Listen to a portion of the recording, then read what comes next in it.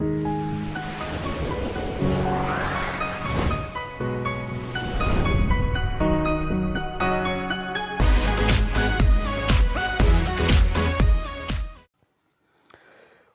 जिंदा है जिसकी आस जिंदा है, वही जिंदा है जिसकी आस जिंदा है, वही जिंदा है जिसकी प्यास जिंदा है। श्वास लेने का नाम जिंदगी नहीं है मेरे दोस्त, जिंदा वही है जिसका विश्वास जिंदा है, जिसका विश्वास जिंदा है।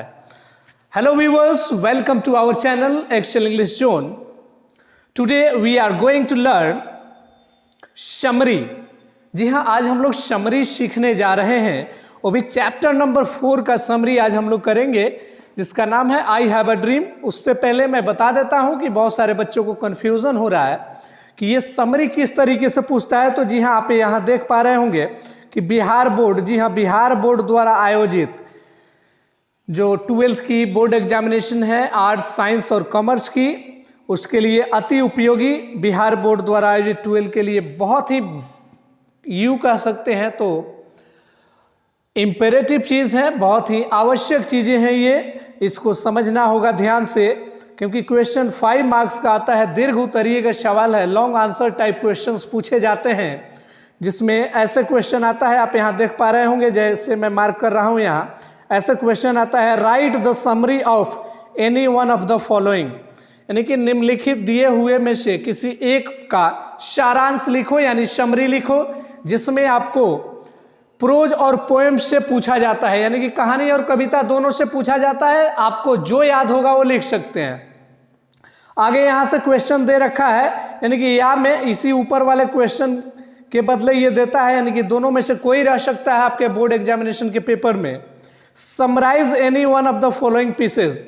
Summarise any one of the following pieces का मतलब होता है किसी निम्नलिखित एक को का सारांश लिखिए, निम्नलिखित एक का सारांश लिखिए। तो आइए शुरू करते हैं बिना किसी देरी के। चैप्टर नंबर 4 आप यहाँ ऊपर में देख पा रहे होंगे, यहाँ पर चैप्टर नंबर 4 है, यहाँ पर ये चैप्टर नंबर 4 आपके सामने है, जिसका नाम है आई हैव अ ड्रीम। क्या नाम है? आई हैव अ ड्रीम, यानी कि मेरा एक सपना है। आई हैव अ ड्रीम मेरा एक सपना है। तो आइए शुरू करते हैं। आई have a dream Martin Luther King junior के द्वारा लिखा गया है। Martin Luther King junior America से बिलोंग्स करते हैं। इनके बारे में थोड़ा सा डीप नॉलेज आप ले लेंगे, क्योंकि इसके पहले मैंने जो कंटेंट का वीडियोस डाला है इंटरमीडिएट के प्लेलिस्ट में जाकर आप मेरा वीडियोस देख सकते हैं, क्योंकि कंटेंट, विषय सूची, कौन सा चैप्टर कौन राइटर लिखा, ये बहुत ज़रूरी है, क्योंकि 5 मार्क्स का कम से कम ये पूछा जाता है। लेकिन उसको अगर याद कर लेते हैं तो मैं ये वादा करता हूँ कम से कम 13 नंबर 13 मार्क्स की तैयारी मैं करवा दूंगा। तो आइए शुरू करते हैं यहाँ से। यहाँ लिखा हुआ है, this speech I have a dream has been delivered by Martin Luther King junior in Washington. यानी कि यह स्पीच, स्पीच का मतलब भाषण होता है, भाषण। जी हाँ, ये एक भाषण का एक टुकड़ा है ये चैप्टर। यह स्पीच जिसका नाम है आई हैव अ ड्रीम, जो कि मार्टिन लूथर किंग जूनियर के द्वारा वाशिंगटन में दिया गया है। यह भाषण किसके द्वारा दिया गया है? मार्टिन लूथर किंग जूनियर के द्वारा वाशिंगटन में दिया गया है। वाशिंगटन अमेरिका की राजधानी है, वाशिंगटन डीसी। आगे यहाँ पर लिखा है, ऑन दिस ओकेजन, इस अवसर पर he pays tribute to Abraham Lincoln, यानी कि उन्होंने अब्राहम लिंकन को श्रद्धांजलि दिया। Who signed the discharge declaration, जिसने डिस्चार्ज डिक्लेरेशन एक घोषणा पत्र है उस पर दस्तखत किया था। किसने किया था? अब्राहम लिंकन, जो कि अमेरिका के राष्ट्रपति थे, पूर्व राष्ट्रपति अमेरिका के। इन दिस स्पीच, इस स्पीच में, यानी कि इस भाषण में, he raised his voice for Negroes rights, यानी कि इस भाषण में उन्होंने नेग्रो एक हबशी जनजाति है, जनजाति का नाम है, जो कि काले कलर के थे, उनसे भेदभाव किया जाता था अमेरिका में, उसी पर आवाज उठाया था इन्होंने, मार्टिन लूथर किंग जूनियर ने, कि आई हैव ए ड्रीम, मेरा एक सपना है कि मैं नेग्रो पीपल को, यानी कि जो हबशी जनजाति थे, उनको उनके अधिकार को दिला के रहूंगा। तो he raised his voice for Negroes right, उन्होंने नेग्रो के अधिकार के लिए अपनी आवाज उठाया था। ही सेज दैट, वे कहते हैं कि one day we will get our right, एक दिन हम अपना अधिकार लेकर रहेंगे, पाकर रहेंगे। He says that time is running out, वह कहते हैं कि समय चल रहा है। रनिंग आउट मतलब समय बिल्कुल चल रहा है, समय बीत रहा है।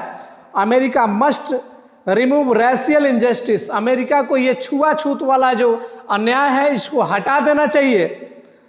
आगे है it must bring equality between the black and the white, यानी कि अमेरिका को क्या लाना चाहिए, अमेरिका को काले और गोरे के बीच एक इक्वलिटी, समानता लानी चाहिए।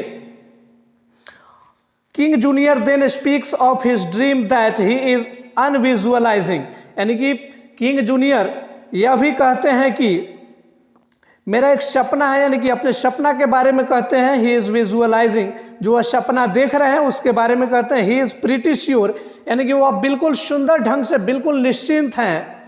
That all main created equal, यानी कि सारे जो मानव हैं, मानव जाति हैं, सभी बराबर बने हुए हैं। Thus we can say that the present piece is an excellent example of oratorical skill। इस प्रकार हम कह सकते हैं कि ये जो प्रस्तुत पीस है, यानी कि जो स्पीच है, वो भाषण संबंधी कला का एक मिसाल है, एक एग्जाम्पल है। ओरेटोरिकल का मतलब होता है भाषण संबंधी, यानी कि ओरेटर जो भाषण देता है उसको ओरेटर बोला जाता है। क्या बोला जाता है? ओरेटर बोला जाता है। तो ये एक ओरेटर थे। आई हैव ए ड्रीम के जो राइटर हैं मार्टिन लूथर किंग जूनियर एक ओरेटर हैं, इसलिए ओरेटिकल स्किल को ज़्यादा तवज्जो दिए हैं। तो ये समाप्त हुआ। आगे के स्लाइड में आप देख पा रहे होंगे, यहाँ पर इसको मैंने हिंदी में लिख दिया है, जैसा कि हर चैप्टर्स में आपको मिलेगा। और कंटेंट जो मैंने डाला है विषय सूची, उसको भी मैंने हिंदी में लिख दिया है। वैसे बच्चे जिसको नाम पढ़ने में दिक्कत होगी, क्योंकि अंग्रेज जो राइटर हैं या फिर जो भी फॉरेन विदेशी राइटर हैं उनका नाम थोड़ा सा अटपटे ढंग से लिखा गया होता है, इसलिए मैंने हिंदी में लिख दिया है। आप जाके उसको भी देख सकते हैं। यहाँ भी बहुत खूबसूरत ढंग से मैंने लिखा है, इसको पढ़ के मैं सुना रहा हूँ। This present speech has been delivered by Martin Luther King junior in Washington. On this occasion, he pays tribute to Abraham Lincoln, who signed the Discharge Declaration. In this speech, he raised his voice for Negroes' rights. He says that time is running out. America must remove racial injustice. It must bring equality between the black and the white. King Jr. then speaks of his dream that he is visualizing. He is pretty sure that all men are created equal. Thus we can say that the present piece is an excellent example of oratorical skill. तो इस तरीके से आप यहाँ से देख के याद कर सकते हैं, खूबसूरत ढंग से याद भी हो जाएंगे।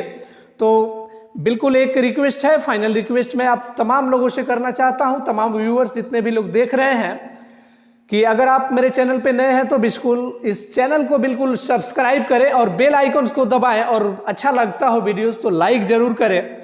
मिलते हैं अगले वीडियोस में, तब तक के लिए जय हिंद,